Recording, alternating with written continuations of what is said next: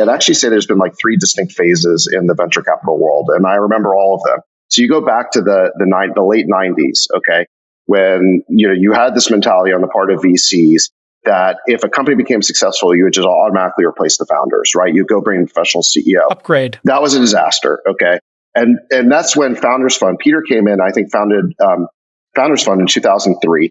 And the reason they called it Founders Fund is to indicate they were going to be pro-founder, and they would never replace the founder. And they would let you do whatever you wanted. And I think Zuckerberg... You want to tell the backstory of the Sean Parker stuff and how that happened? Well, yeah. I mean, so basically both Peter and Sean Parker had, experiences they felt were very negative with Sequoia. And by the way, I have great relationships with Sequoia. Roelof, who worked with us at PayPal, is there. And I think they've evolved as a firm. So I'm not calling them out or anything. But both Sean Parker and Peter felt like Sequoia pushed to have them replaced. And so... With Plaxo specifically. There were a couple of different companies involved, but when Peter was CEO of PayPal as well, that he felt that pressure as well. So when they then founded as two of the four founding partners of Founders Fund back in 2003, the whole point was we are going to be pro-founder. You are never going to replace you. We'll let you do whatever you want. I think that was phase two, and that became, I think, the dominant model. And so becoming pro-founder was now table stakes. And I think the third phase has been, what Andreessen Horowitz has now done with this massive, like the services and the value add, which is that we're going to basically not only be pro-founder, but we're going to bring all these resources to help you. And that's the era we're in right now. I mean, from our perspective, as Craft, I mean, look, it's not in our interest to get into any dispute with a founder. And if we feel like our advice isn't being taken well, we just back off. Of course we're pro-founder. We don't want the control. We're not control investors. And if it's becoming frictional, we'd rather just get out of the way. No, it's just not worth it. The underlying thing that you're not saying though is because you have enough of a fund that's large enough where you can have enough bets where any of these things to the upside is a total needle mover, but anything that goes to zero doesn't actually diminish the fund or impair it meaningfully. So there is no upside to getting engaged and really being non-anti-founder. So yeah. I think it's a part of a business model. One thing I want to tell you about Parker was single-handedly incredibly responsible for keeping Zuck in the seat when he was president of Facebook, because Parker wrote, this structure that really allowed Mark to keep control. Super voting shares. Sachs, to add on to your point, I think that there's been there seems to be a bifurcation around the services model or not. But the fourth thing that seems to have happened, and you guys tell me if I'm wrong on this, but it plays into the Tiger Global story. When I was when I got that term sheet for my Series B at Climate Corp, Mark Andreessen, I was trying to raise $25 to $30 million. And Mark Andreessen was like, we're going to give you a term sheet for $40 million, more than you were asking for. Because we want you to use that extra capital to go faster, to go harder, to grab the market, because we have this big belief in businesses grabbing the market. And that seems to have also become a bit of a mainstay, but not just a mainstay, but now almost like the kind of standard pitch that a lot of the later stage guys are taking, which is here's so much capital that it helps you make the market.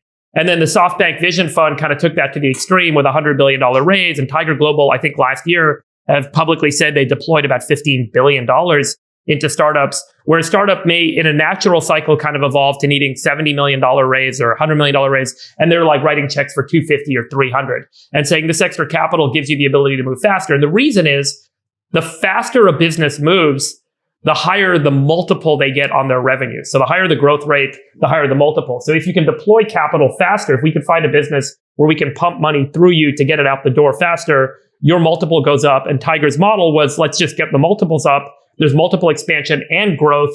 So we'll make money two ways when the company goes public in 18 to 24 months. Obviously, when the markets end up tanking and all those multiples compress, no growth rate is going to solve that problem for you. But having more capital than maybe you were thinking or asking for also seems to have become kind of a tactic. I don't know if you view that as kind of this fourth evolution, but that certainly wasn't the case 20 years ago when VCs were being careful about, is it a $6 million round or an $8 million round? What's the right amount of capital? And nowadays it's much more about take more than you need. I'll say there was a 3.5 in there, which is you saw a little bit of lack of governance or superpowers on the part of some incompetent founders or bad founders. Just, whether it's WeWork, Theranos, whatever, too much control, not enough governance, things go off the rail. But, based on this discussion, I really think this bifurcates when it's a first-time founder versus a second-time founder in what I see, because I have been doing board training for seed companies where I will just have 3 founders sit in on each other's first board meetings. We do 1 board meeting each, and I train them how board meetings works and what I experienced with Sequoia on my board and other boards.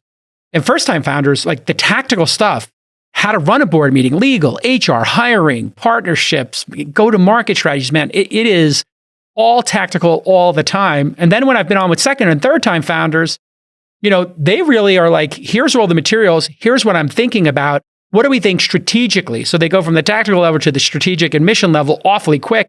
And they actually seem to enjoy having those 4 meetings a year.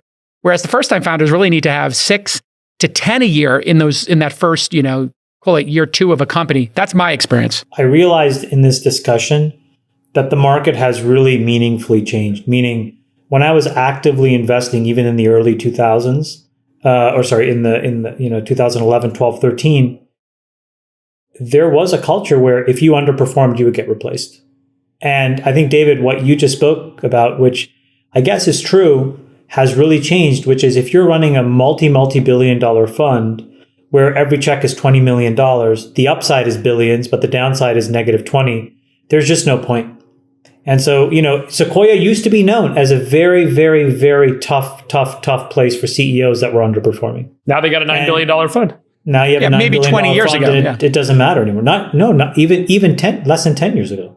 I think it was known as a very tough, demanding place. I think Benchmark was known as a very tough, demanding place because the money was much more finite. Right? Well, Benchmark's still that case. Yeah. I mean, high expectation culture. They never grew their fund size. No, Jason, you're not hearing me.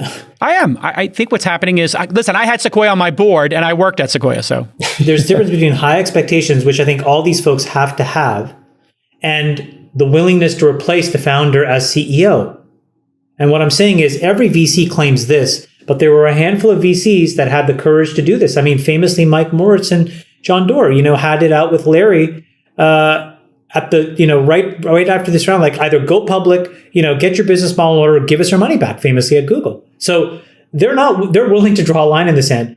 I think that has fundamentally changed at all these organizations because the fund sizes have gone up. And the mathematical reality of venture capital has changed. Something else you're missing, which is you got to remember, Moritz and Doerr were not operators, and now these companies are being run. Ruloff is running Sequoia, and he's an operator, and he was there. So the changing of the guard, and Mark Andreesen and Ben Horowitz were operators. So the operator class behaves very differently.